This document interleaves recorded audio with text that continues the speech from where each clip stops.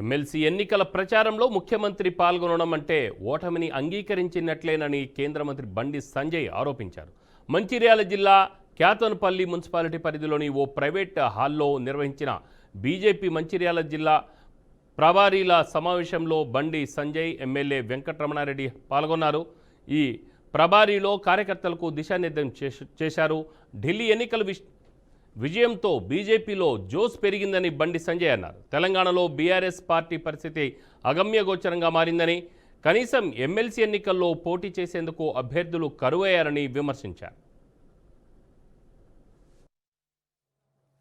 సిక్కు లేకుండా ఎన్నికలు వచ్చి పోటీ చేసి మేము ఉపాధ్యాయ సంఘం టీఎన్జిఓ నాయకులం మాకే ఓటేయాలంటే మా కార్యకర్తలు ప్రశ్నిస్తున్నారు. ఉపాధ్యాయులు ఉద్యోగులను అన్నా మీకోసం కొట్లాడింది మేము, జైలుకు వేయింది మేము, లాఠీ దెబ్బలు మీకోసం తింటే అసెంబ్లీ ఎన్నికల్లో మాకు ఎందుకు ఓటే లేదన్నా, మా ప్రభుత్వం ఏర్పడే అవకాశం ఉంటే ఎందుకు రాకుండా చేసిరన్నా, ఇలా మీకోసం మేము ఎందుకు కొట్లాడాలన్నా అని మా కార్యకర్తలు ప్రశ్నిస్తున్న విషయాన్ని ఉపాధ్యాయ ఉద్యోగ వర్గాలు ఆలోచించాలి, గుండెలో చేసుకుని ఆలోచించాలి. మీకు ఒక మళ్ళీ అవకాశం వచ్చింది, ఇలా ఎమ్మెల్సీ ఎన్నికల్లో మళ్ళీ అవకాశం వచ్చింది.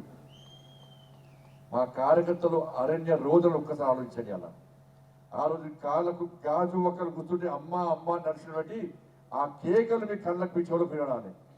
మా కార్యకర్తలు కూడా లాఠీ దెబ్బలు మీ కళ్ళకి రావాలి.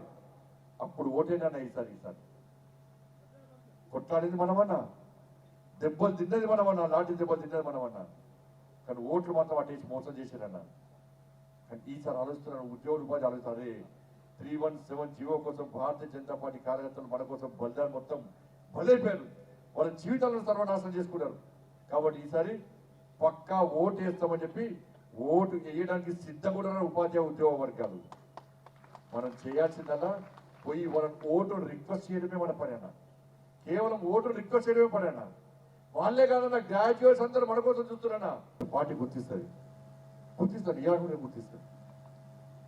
గుర్తింపు కోసం పనిచేసినప్పుడు భారతీయ జనతా పార్టీ కార్యకర్త కానే కాదు.